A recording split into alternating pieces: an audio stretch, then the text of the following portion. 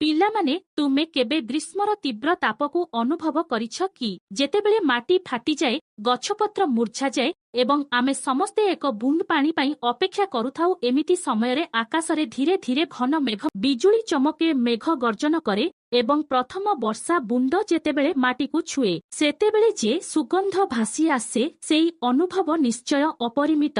ଆଜି ଆମେ ଏମିତି ଏକ ସୁନ୍ଦର କବିତା ପଢ଼ିବାକୁ ଯାଉଛୁ, ବର୍ଷା, ଯେଉଁଠି କବି ବର୍ଷା ଋତୁର ସୌନ୍ଦର୍ଯ୍ୟ, ପ୍ରକୃତିର ଆନନ୍ଦ ଏବଂ ପୃଥିବୀର ପୁନର୍ଜୀବନକୁ ଅତ୍ୟନ୍ତ ମନୋହର ଭାବରେ ଚିତ୍ରଣ କରିଛନ୍ତି। ତେଣୁ ଚାଲନ୍ତୁ ଆମେ ଆଜି ବର୍ଷା କବିତାକୁ ପଢ଼ିବା ସହିତ ଏହି ଋତୁରେ ପୃଥିବୀ ପୃଷ୍ଠରେ ଘଟୁଥିବା ସୁନ୍ଦର ପରିବର୍ତ୍ତନମାନଙ୍କୁ ଅନୁଭବ କରିବା।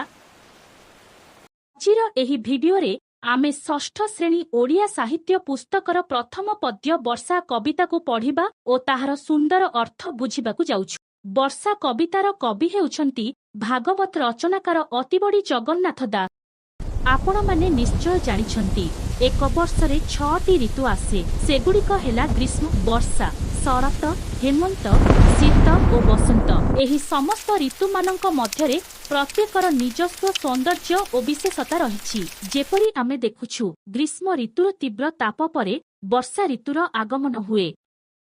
ଗ୍ରୀଷ୍ମ ଋତୁ ବିତିଗଲା ପରେ ପୃଥିବୀ ପୃଷ୍ଠରେ ବର୍ଷା ଋତୁର ଆଗମନ ହୋଇଥାଏ। 6ଟି ଋତୁମାନଙ୍କ ମଧ୍ୟରେ ବର୍ଷା ଋତୁକୁ ଶ୍ରେଷ୍ଠ ଋତୁ କୁହାଯାଇଥାଏ, କାରଣ ଏହି ଋତୁରେ ପୃଥିବୀ ଶସ୍ୟ ସମ୍ପଦରେ ଭରିଯାଏ।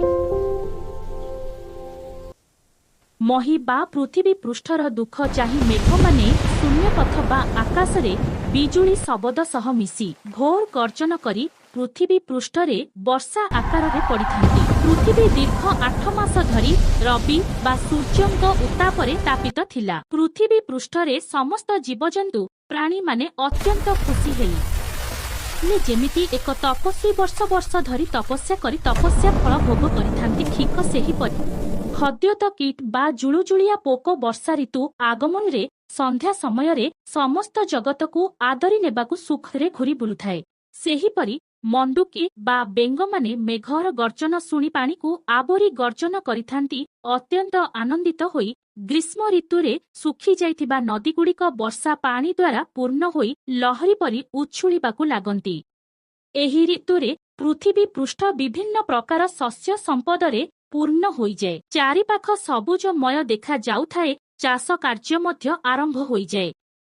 ବିଭିନ୍ନ ପ୍ରକାରର ଛତୁ ବି ଦେଖିବାକୁ ମିଳିଥାଏ। ଏହି ବର୍ଷା ଋତୁରେ କବି ଏଠାରେ ଛତୁକୁ ରାଜାର ଛତା ସହ ତୁଳନା କରିଛନ୍ତି, ଆଉ ପୃଥିବୀକୁ ରାଜା ସହ ତୁଳନା କରିଛନ୍ତି। କବିଙ୍କ ମତରେ ପୁରା ପୃଥିବୀ ଗୋଟିଏ ରାଜା ପରି ଦେଖାଯାଏ। କବି ଏଠାରେ ବର୍ଣ୍ଣନା କରିଛନ୍ତି ଯେ ଘରକୁ ଅତିଥି ଆସିଲେ ସଜ୍ଜନ ବ୍ୟକ୍ତି ଯେପରି ଖୁସି ହୋଇ ତାଙ୍କୁ ସ୍ୱାଗତ ଜଣାଇଥାନ୍ତି, ଠିକ ସେହିପରି ମୟୂରମାନେ ଗିରି ଶିଖର ବା ପର୍ବତ ଉପରେ ଥାଇ କଳା ବାଦଲ ମେଘକୁ ଚାହିଁ ଖୁସି ହୋଇ ନୃତ୍ୟ କରି ବର୍ଷା ଋତୁର ଆଗମନକୁ ସେ ସ୍ୱାଗତ କରିଥାନ୍ତି।